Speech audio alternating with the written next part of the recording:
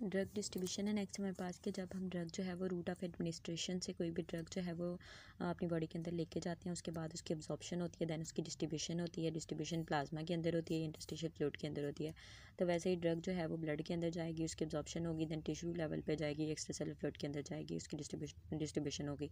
लेकिन अगर हम डायरेक्टली पैरेंटल रूट यूज़ करते हैं, IV रूट से ड्रग को एडमिनिस्टर करते हैं, तो कोई भी एब्जॉर्प्शन नहीं होगी। ये वाली जो है कार्डिक आउटपुट और लोकल ब्लड फ्लो, इसमें सारी जो है वो उसकी प्रॉपर्टीज़ जो हम डिस्कस करेंगे डिटेल में, वो सारी यहाँ पे बताई हुई हैं। तो जो फैक्टर्स इफेक्ट करते हैं ड्रग की डिस्ट्रीब्यूशन को वो कौन से है? ब्लड फ्लो है। ब्लड फ्लो ये होगा कि डिस्ट्रीब्यूशन या फिर जो अब्जॉर्प्शन है वो तब इंक्रीज़ करेगी जब ब्लड फ्लो बहुत ज़्यादा होगा। स्केलेटल मसल जो हमारे होते हैं वहाँ पे ब्लड फ्लो कम होता है, इस वजह से वहाँ पे डिस्ट्रीब्यूशन जो है वो बहुत ज़्यादा कम होती है और हिप्नोटिक इफेक्ट भी कम हो गए। इट्स मीन के ये देखें कि एडिपोज टिश्यू, स्किन और viscera have this lower rates of the blood flow. लेकिन ब्रेन के अंदर, लीवर के अंदर, किडनी के अंदर, इनके अंदर जो है वो ये वैसे ले चार का ना, यहाँ पे ब्लड फ्लो बहुत ज़्यादा होता है, इस वजह से यहाँ पे ड्रग की जो है वो डिस्ट्रीब्यूशन, उसकी एब्जॉर्प्शन बहुत ज़्यादा होगी। लेकिन एडिपोज टिश्यू के अंदर, स्किन के अंदर, यहाँ पे चूँकि ब्लड फ्लो कम होता है तो उनकी जो है वो डिस्ट्रीब्यूशन कम होगी ड्रग की। Low rate of the blood flow, variation in the blood flow partly explain the short duration of the hypnosis. इस वजह से फिर हमारे CNS जो है वो ड्रग को जो है वो डिफ्यूज़ आउट करना शुरू हो जाएगा और जो पेशेंट होगा वो अपनी कॉन्शियस स्टेट में वापस आना शुरू हो जाएगा। नेक्स्ट यही है CNS टोन, दी कंसंट्रेशन ग्रेडियंट और कैपिलरी परमिएबिलिटी है, ये भी डिपेंड करती है, कैपिलरी की स्ट्रक्चर पर डिपेंड करती है और ड्रग की नेचर पे डिपेंड करती है। मतलब कि जो ये डिपेंड करती है कि हमारी जो मेम्ब्रेन है, उसकी बेसमेंट मेम्ब्रेन जो है वो उसमें स्लिट जंक्शन अगर प्रेजेंट होंगी बाय द एंडोथेलियल सेल्स तो ड्रग पास कर जाएगी।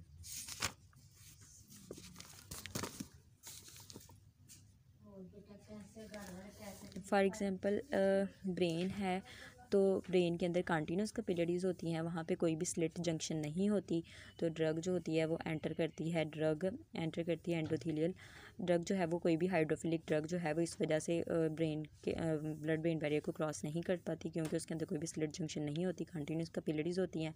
Endothelial cells of the CNS capillaries में से कोई भी ड्रग जो है वो पास नहीं कर पाएगी हाइड्रोफिलिक वाली। लेकिन जो लीवर होता है, लीवर जो है वो डिसकंटिन्यूस है उसके अंदर कैपिलरीज, तो उसके अंदर स्लिट जंक्शन प्रेजेंट होगी, इस वजह से कोई भी ड्रग जो है वो उन स्लिट जंक्शन में से पास कर जाएगी। उसके बाद ये है कि ओनली लिपोफिलिक ड्रग जो होती है वो ब्लड ब्रेन बैरियर को क्रॉस कर सकती है। उसके बाद है हाइड्रोफिलिक जो ड्रग होती है वो आयनाइज हो जाती है। पोलर जो होती है ड्रग, वही कि पोलर ड्रग जो होती है वो क्रॉस नहीं कर सकती ब्लड ब्रेन बैरियर को, because it has no slit junction. Binding of the drug to the plasma protein, के ड्रग जो है वो उसकी रिवर्सिबल बाइंडिंग होती है। एल्ब्यूमिन जो होती है वो मेजर बाइंडिंग प्रोटीन है और बाइंडिंग जो होती है वो binding of the drug dissociate and हैंस हाँ कि जब ड्रग की कंसंट्रेशन बहुत ज़्यादा कम होगी तो वो एल्ब्यूमिन के साथ जो ड्रग बाइंड हुई होगी वो वहाँ से डिसोसिएट होगी। और इसमें drug binding to the tissue protein के इसमें प्रोलॉन्ग एक्शन होता है। ड्रग जो होती है वो ड्रग की टॉक्सिसिटी जो होती है, प्रोलॉन्ग ड्यूरेशन ऑफ एक्शन जो है वो इसके अंदर प्रोलॉन्ग हो जाता है। और फॉर एग्जांपल जैसे कि एक्रोलीन है, एक्रोलीन के मेटाबोलाइट्स जो है वो मेटाबोलाइट्स ऑफ द साइक्लोफॉस्फामाइड जो होती है इन दी ब्लैडर काजेज दी हेमरेजिक सिस्टाइटिस, के एक्रोलीन के जब साइक्लोफॉस्फामाइड के जब मेटाबोलाइट जो है वो क्या काज कर देंगे, ब्लैडर के अंदर हेमरेजिक सिस्टाइटिस काज कर देंगे। लोकल ड्रग टॉक्सिसिटी काज करेगा, एक्यूमुलेशन हो रही है, ड्रग की एक्शन प्रोलॉन्ग हो रहा है तो उसकी वजह से जो है वो टॉक्सिसिटी हो जाएगी। लिपोफिलिक ड्रग जो होगी, लिपिड सॉल्युबल ड्रग जो होती है वो डिज़ोल्व हो जाती है, मतलब कि वो सेल मेम्ब्रेन को क्रॉस कर जाती है। वॉल्यूम ऑफ डिस्ट्रीब्यूशन में यही होगा कि जितनी भी ड्रग है, जो टोटल ड्रग जो है वो जितनी भी बॉडी वॉल्यूम के अंदर, ब्लड बॉडी का जितना भी वॉल्यूम है, फ्लूइड वॉल्यूम है, उसके अंदर कितनी ड्रग है उसको कहते हैं कि ये वॉल्यूम ऑफ डिस्ट्रीब्यूशन है। Entire drug in the body concentration body that is measured in the plasma.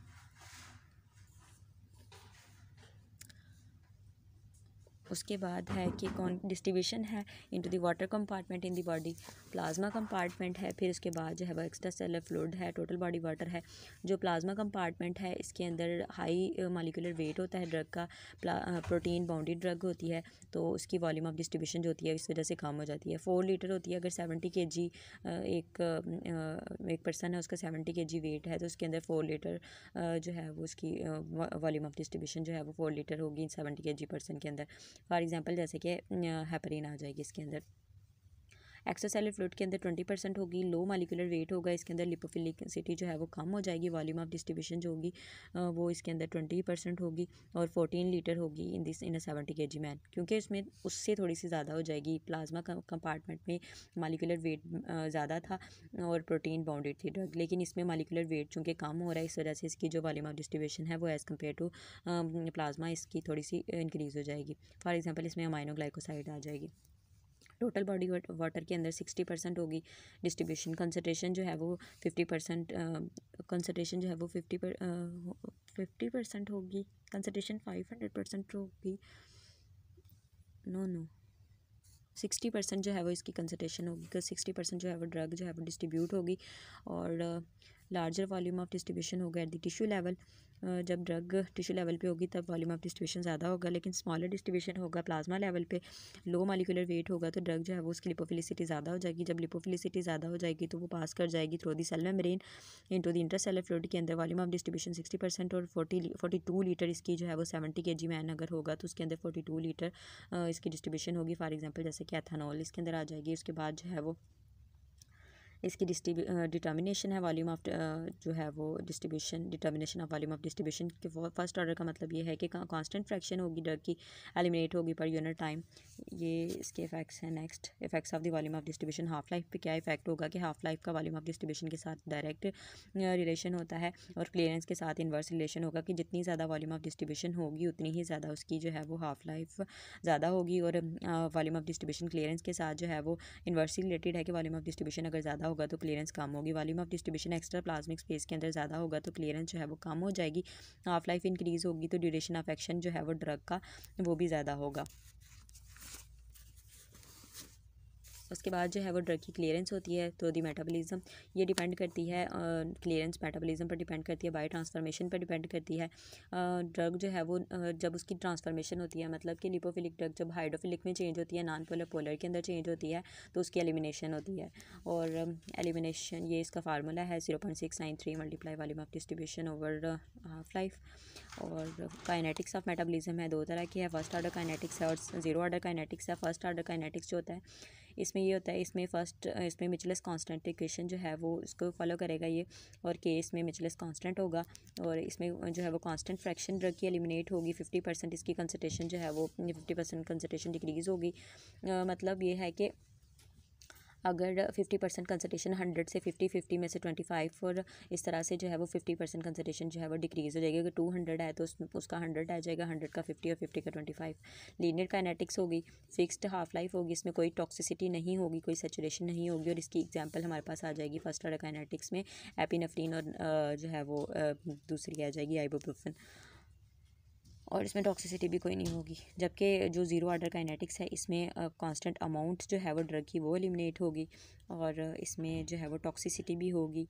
और ये नॉन लीनियर काइनेटिक्स को फॉलो करेगी, इसमें जो है वो अमाउंट ऑफ ड्रग एलिमिनेटेड पर ये कांस्टेंट अमाउंट के अगर 100 है तो 90, फिर 90 से 80 इस तरह से जो है वो कांस्टेंट अमाउंट जो है वो एलिमिनेट होगी।